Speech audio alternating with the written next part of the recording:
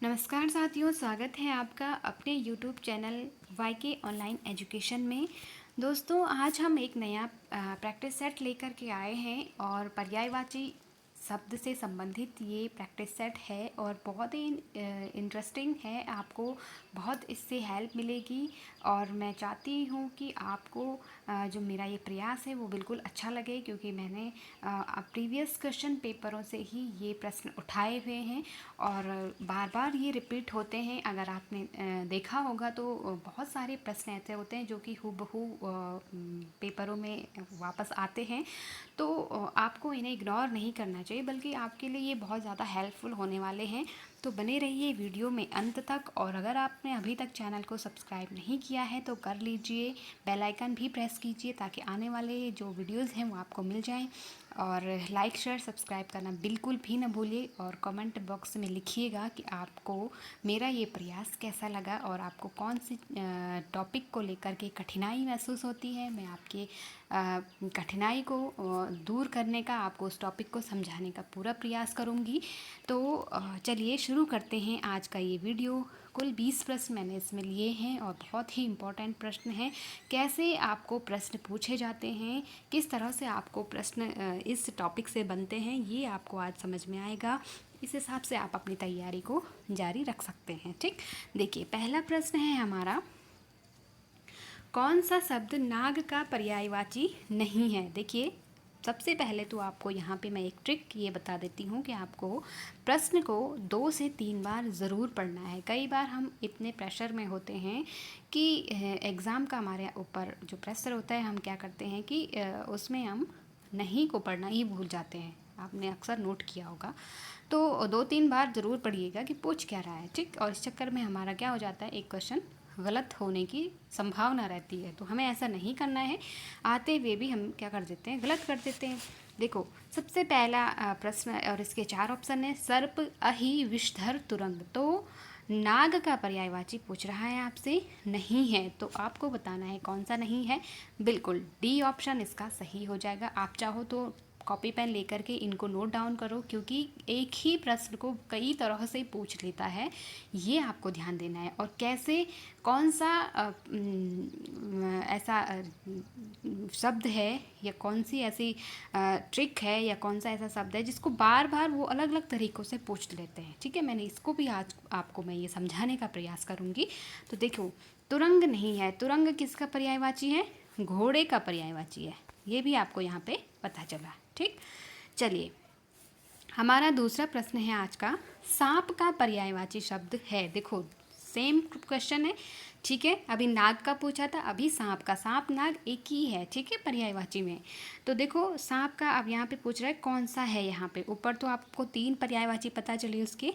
अब यहाँ पे हमें एक ढूंढना है कि उसका एक और पर्यायवाची है, वो है पन्नग। ठीक है, हीरे पन्ने सांप को आपने देखा होगा बहुत पसंद होते हैं। तो पन्नग, पन्ना धारण करने वाले, पन्नग इसलिए उसे कहा जाता है। ठीक, तो ये आपका सी ऑप्शन सही हो जाएगा। ठीक, चलिए तीसरा प्रश्न है। देखो ये सर्प बहुत खतरनाक है हमारे जीवन में भी और हमारी परीक्षाओं के दृष्टिकोण से भी। देखो बार बार इससे प्रश्न बन रहे हैं और आपको इसे इग्नोर नहीं करना है, बल्कि सांप के पर्यायवाची जहाँ भी दिख रहे हैं आप उनको बिल्कुल कह सकते हैं कि एकदम रट डालिए।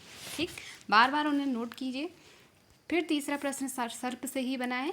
क्या पूछ रहा है, निम्नलिखित में से कौन सा शब्द सर्प का पर्यायवाची है।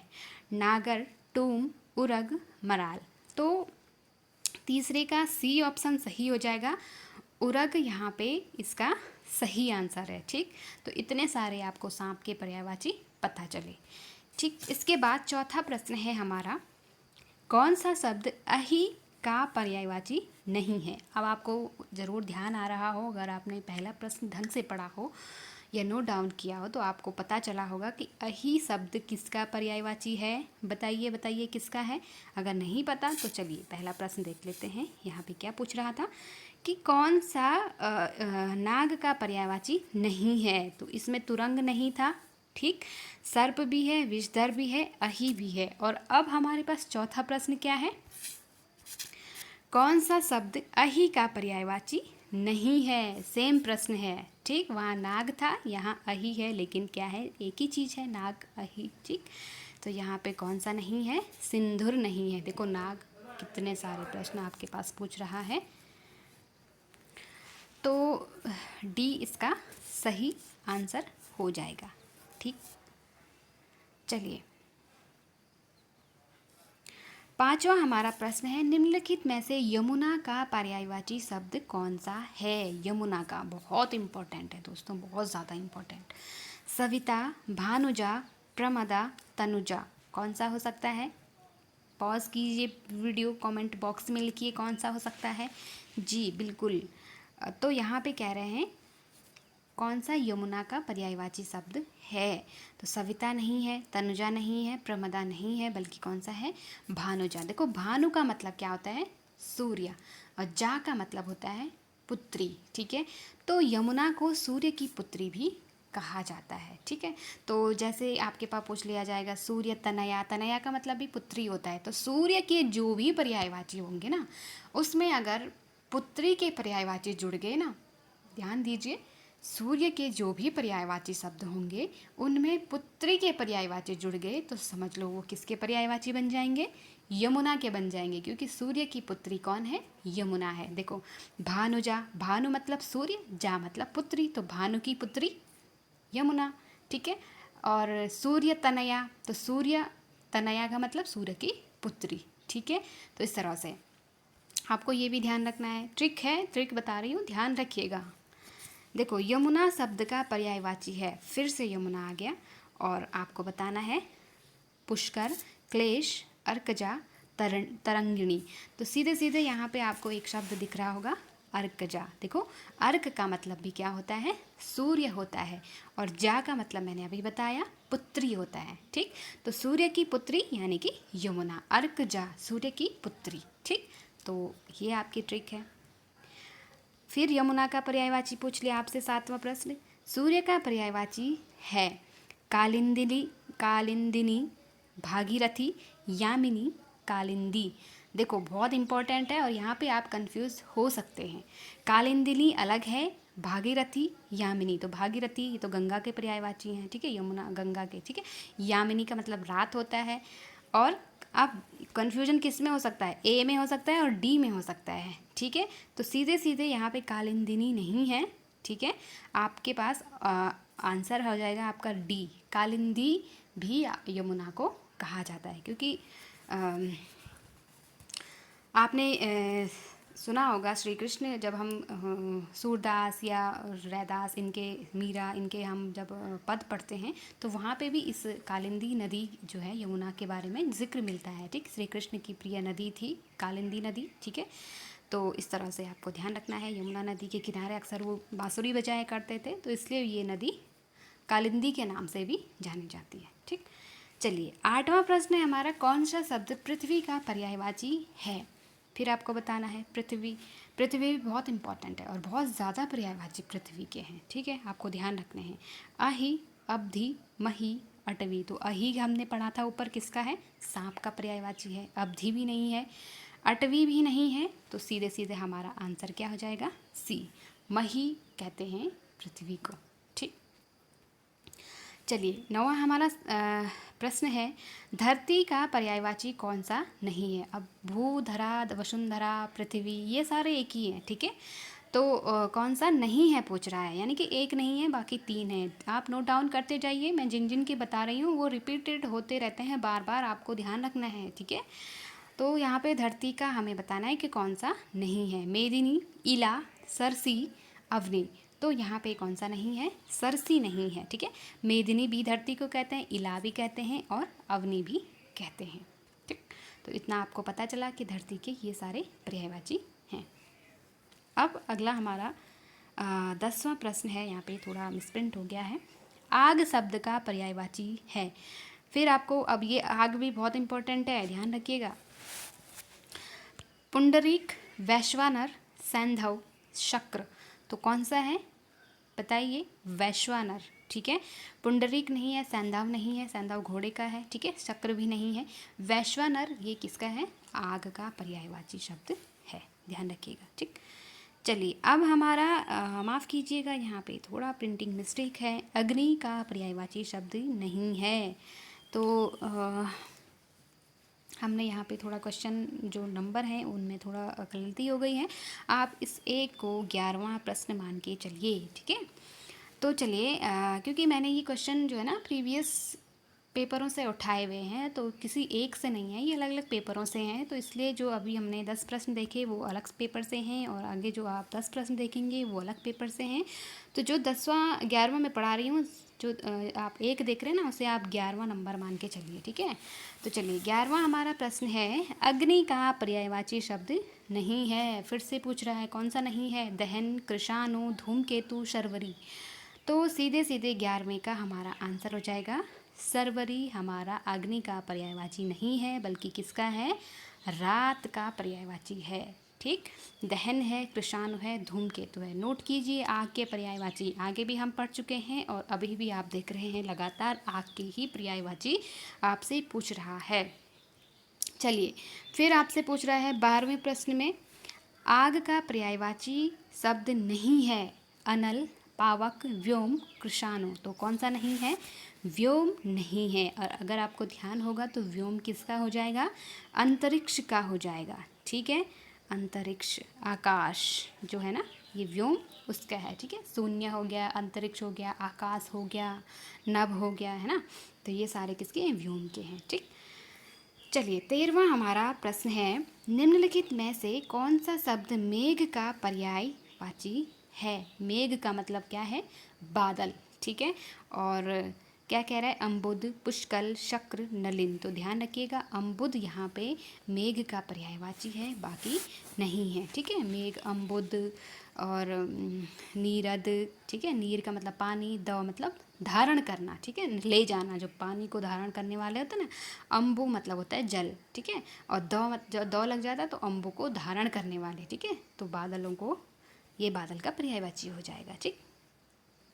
हमारा 14वां प्रश्न है, निम्नलिखित में से कौन सा शब्द बादल का पर्यायवाची शब्द है? फिर से आपके पास बादल का पूछ रहा है, इसका मतलब मेघ, बादल जो है ना, ये आपके लिए इम्पोर्टेंट है, ठीक। चलिए, तो कौन सा है? नीरद, पावस, जलधि, प्रस्त्रवण। तो कौन सा हो सकता है? बताइए। 14 का ए हो जाएगा, नीरद। अभी मैंने पहले बताया था ना, नीर का मतलब होता है जल, और द मतलब धारण करने वाला। तो जल को धारण करने वाले कौन है? बादल हैं। तो इसलिए उनको क्या कहते हैं? नीरद भी कहते हैं। यानी कि जल के पर्यायवाची के पीछे अगर द जुड़ गया ना, द, ये द नहीं, द, अगर ध जुड़ गया तो वो क्या हो जाएगा? जैसे यहाँ जलधि लिखा है ना, तो ये समुद्र का हो जाएगा। ध्यान रखिएगा, ठीक है। अगर जल के पर्यायवाची में ध जुड़ गया तो वो समुद्र के पर्यायवाची हैं। ये ट्रिक बता रही हूँ, अगर आपको ध्यान रखना है। और अगर जल के पर्यायवाची में द जुड़ गया तो वो बादल का पर्यायवाची हो जाएगा, ये ध्यान रखना। तो जो जल को धारण करते हैं वो बादल हैं, ठीक है। और जलधि जो महान जल का एक, क्या कह सकते हैं कि संगम है, या कह सकते हैं जल को महान मतलब विशाल उसमें, तो वो क्या हो जाएगा? समुद्र हो जाएगा, ठीक है। तो ये आपको ध्यान रखना है, ठीक। तो बादल का पर्यायवाची शब्द कौन सा है? नीरद, इनमें से, ठीक है। ऑप्शन ए सही हो जाएगा। 15वां हमारा प्रश्न है, कपड़ा का पर्यायवाची शब्द है। इम्पोर्टेंट है, आपको ध्यान रखना है, बहुत बार पूछा गया है, ठीक है। सफरी, वीची, पट, हेम। तो देखो, यहाँ पे सीधे सीधे आंसर को की तरफ ले जाती हूँ। यहाँ पे पट इसका आंसर हो जाएगा, ठीक है। तो पट का मतलब भी क्या होता है? कपड़ा होता है, ठीक है। पट, वस्त्र, ये सारे क्या हैं? कपड़े के पर्यायवाची हैं। नंबर 16वां हमारा प्रश्न है, पुत्र का पर्यायवाची कौन सा है? बताइए कौन सा है? वारण, तनय, नंदलाल, अनंग। तो कौन सा है? बी, तनय मतलब होता है पुत्र, ठीक। चलिए, इसके बाद हमारा प्रश्न है 17वां, पुत्र का पर्याय नहीं है। फिर से पुत्र का पूछ लिया, इसका मतलब पुत्र भी क्या है? इम्पोर्टेंट है। अग्रज, वत्स, नंदन, तनुज। तो 4 ऑप्शन है, कौन सा नहीं है पूछ रहा है आपको, तो बताओ कौन सा नहीं है? अग्रज नहीं है। अग्रज का मतलब होता है बड़ा भाई, ठीक है, जो आगे जन्मा हो। तो आगे जन्मा यानी कि बड़ा भाई। तो अग्रज अलग चीज़ है और पुत्र अलग चीज़ है, ठीक है। तो वत्स भी आ जाएगा, नंदन भी आ जाएगा, तनुज भी आ जाएगा। अग्रज इसका नहीं है, ठीक है। यानी कि ऑप्शन इसका ए सही हो जाएगा। ध्यान रखिए, पुत्र के पर्यायवाची आपको ध्यान रखने हैं। अगला 8वां प्रश्न है हमारा, रात, सॉरी 8वां नहीं 18वां हो जाएगा, ठीक। रात का पर्याय है, तो क्षणदा, सौदामिनी, क्षण प्रभा, चपला, कौन सा है बताइए। हाँ, ऑप्शन ए सही हो जाएगा, क्षणदा। क्षणदा मतलब क्षण भर के लिए आने वाली। क्षण भर का मतलब क्या है कि मतलब कुछ समय के लिए आती है रात, ऐसा तो नहीं है ना कि पूरे 24 घंटे रात ही रात होती है, नहीं होता है ऐसा। तो क्षणदा मतलब क्षण भर के लिए, क्षण भर कह सकते हैं हम उसकी भाषा में, क्षण भर, ठीक है, कुछ क्षणों के लिए आती है और फिर दिन हो जाती है ना, तो इसलिए क्षणदा कहते हैं। सौदामिनी, क्षण प्रभा, ये चपला, ये किसके हैं, ये भी आपको ध्यान रखना है, ये बिजली के पर्यायवाची हैं, ठीक है। क्षण प्रभा, क्षण का मतलब होता है, क्षण मतलब बहुत कम समय के लिए, और प्रभा का मतलब होता है रोशनी। तो आपने देखा होगा कि जो बादल गरजते हैं ना, उससे पहले थोड़ा सा बिजली चमकती है, तो वो क्षण प्रभा है, ठीक है। उसे हम बिजली का ही एक रूप मानते हैं, तो कहते हैं ना बिजली चमक रही है, तो इसलिए वो क्या है, क्षण प्रभा है, ठीक है। सौदामिनी भी उसी को कहते हैं, मतलब बिजली को कहते हैं, और चपला भी बिजली को ही कहते हैं, ठीक। चलिए, इसमें अगला 19वां है, इनमें से एक रात का पर्यायवाची शब्द है, तो इनमें से कोई एक है, आपको बताना है। रत्नगर्भा, अचला, धरित्री, तमिश्रा, तो कौन सा हो सकता है, तमिश्रा होता है। तम मतलब अंधेरा, ठीक है, तमिश्रा, तो तमिश्रा किसका है, रात का पर्यायवाची है, ठीक है। और अचला, रत्नगर्भा, धरती, ये किसके हैं, पृथ्वी के हैं, हमने ऊपर भी पढ़े हुए हैं यही सारे, तो आपको ये भी ध्यान रखना है, ठीक। लास्ट हमारा आज का प्रश्न है 20वां प्रश्न, निशा का पर्यायवाची शब्द है। देखो, रात को आपको अलग अलग तरह से पूछा गया है, निशा भी किसका पर्यायवाची है, रात का पर्यायवाची है, ठीक है। तो आपको ध्यान रखना है, रात भी इम्पॉर्टेंट है, ठीक है। तमिश्रा, कृष्णा, तमस्र, तारापथ, तो कौन सा हो सकता है, तमिश्रा हमने अभी 19वें प्रश्न में भी पढ़ा, तमिश्रा क्या है, आग का पर्यायवाची है। कृष्णा नहीं है, तमस्र भी नहीं है, तारापथ भी नहीं है, ठीक है। तो आपको ध्यान रखना है, तमिश्रा भी क्या है, आग का पर्यायवाची है। तो आग हो गया, पुत्र हो गया, सांप हो गया, धरती हो गया, ठीक है, ये यमुना हो गया, पुत्र हो गया, ये हमने आज पढ़े, और ये आपके लिए बहुत इम्पोर्टेंट है। आपको जहाँ भी ये इनके पर्यायवाची दिखते हैं ना, आप नोट डाउन करिए और उनको एकदम से अपने जहन में क्लिक कर दीजिए, रट लीजिए, जैसे भी करते हो आप उनको याद कर लीजिए, क्योंकि ये पर्यायवाची है ना, मल्टीपल टाइम पूछे गए हैं और आपको आगे भी पूछ लिए जाएंगे, तो ये बार बार पूछ लिए जाने वाले हमारे सवाल प्रश्न हैं, ठीक है। तो उम्मीद है कि आज आपको 20 प्रश्न ज़रूर समझ में आए होंगे और आपको अच्छा लगा होगा। यदि अच्छा लगे तो प्लीज़ लाइक शेयर सब्सक्राइब ज़रूर कीजिएगा, और आप लाइक करने में बहुत कंजूसी करते हैं, इस बात का मुझे बहुत खेद है, क्योंकि हम इतनी मेहनत करते हैं आप लोगों को पढ़ाने के लिए, कंटेंट जगह जगह से इकट्ठा करते हैं, बड़ी मेहनत लगती है इस सब में, और आप लोग हो कि एक छोटा सा लाइक, मतलब एक मिनी सेकंड भी नहीं लगता है लाइक करने में, सब्सक्राइब करने में, और आप वो भी नहीं करते हो, तो दोस्तों ये तो बड़ी गड़बड़ की बात हो जाएगी। आपको लाइक शेयर सब्सक्राइब ज़रूर करना चाहिए, क्योंकि आपके लाइक से हमें क्या मिलता है, मोटिवेशन मिलता है, और हम ये सोचते हैं कि आज सबको अच्छा लगा, इसका मतलब हमें और अच्छा करना चाहिए, तो बिल्कुल लाइक ज़रूर कीजिए। मिलते हैं नेक्स्ट वीडियो में, तब तक के लिए आप अपना और अपनों का ख्याल रखिए और खूब सारी मेहनत कीजिए। Thank you so much.